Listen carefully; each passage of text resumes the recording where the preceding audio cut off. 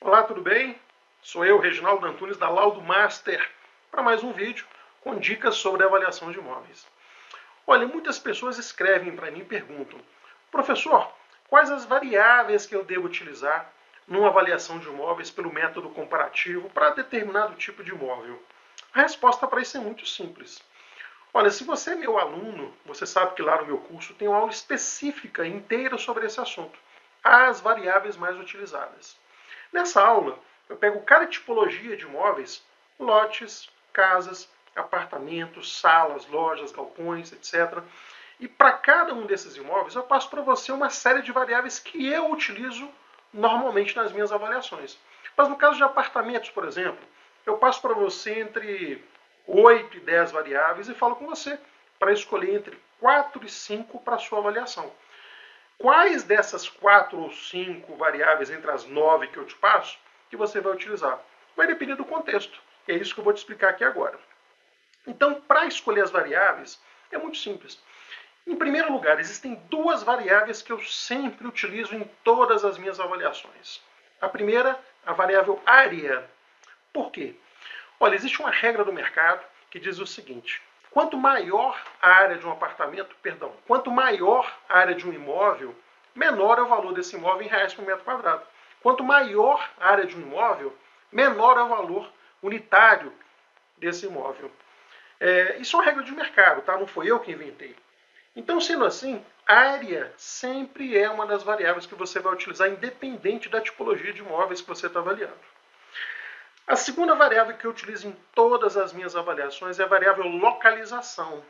É claro, qualquer que seja um imóvel, lote, casa, apartamento, loja, a localização é informação importante. A localização é uma característica importante na formação de valor daquele imóvel.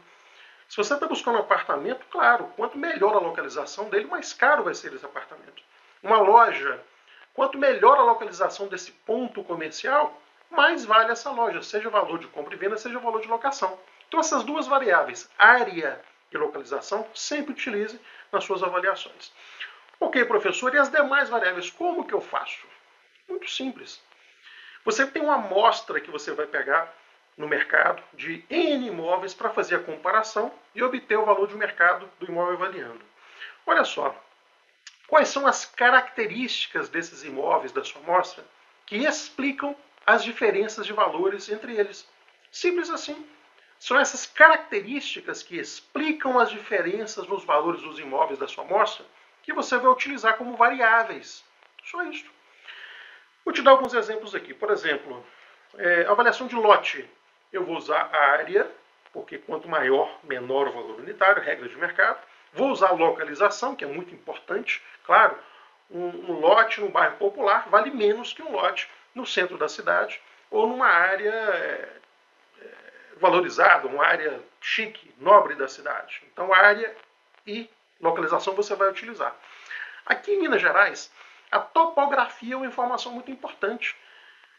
Existem lotes que estão no terreno plano, como tem lotes que estão no terreno semiplano e lotes no terreno acidentado. Então essa característica é importante na formação de valor, nas diferenças entre os valores dos lotes da minha amostra. Só que é o seguinte, eu tenho alunos, por exemplo, em Campo Grande, em Cuiabá, eles me falam: professor, aqui essa variável topografia não faz sentido, porque tudo é plano. Se todos os lotes da sua amostra são planos, estão na topografia plana, quer dizer que a diferença entre os valores desses lotes dessa amostra não tem nada a ver com a topografia. Entendeu? Vamos para um outro exemplo. Apartamento, que na minha aula você tem entre, não lembro, entre 8 e 10 sugestões, mas eu falo para você utilizar entre 4 e 5. Área, claro, sempre uma variável que você vai utilizar. Localização também, já expliquei para você. E quais as outras informações? Por exemplo, padrão de acabamento. Padrão de acabamento é importantíssimo. Você pega a amostra de imóveis, as diferenças de valores ali são explicados pelas diferenças no padrão de acabamento desses apartamentos. Então você pode ter apartamento no mesmo prédio, porém um deles com acabamento simples. Cerâmica simples, bancada em granitina, os armários de madeira prensada, né? E você tem um outro apartamento com um piso de porcelanato ou granito. as bancadas em granito de alto padrão, as portas e os armários em madeira nobre, padrão de acabamento é uma informação importante. Outra informação, outra característica importante, estado de conservação. Dois apartamentos em um mesmo edifício, independente do padrão de acabamento, são coisas diferentes. Padrão de acabamento é uma coisa, estado de conservação é outra. Dois apartamentos no mesmo edifício. Um está muito bem conservado, outro está mal conservado. Essa característica explica as diferenças nos valores dos imóveis nessa amostra. Então, simples assim.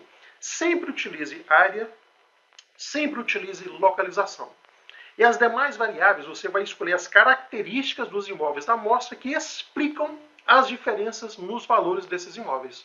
Ok? Fácil, não é? Olha, se você tiver dúvidas, fique à vontade, escreva para mim. Vai ser um prazer te ajudar a te responder. Um abraço, até a próxima. Tchau!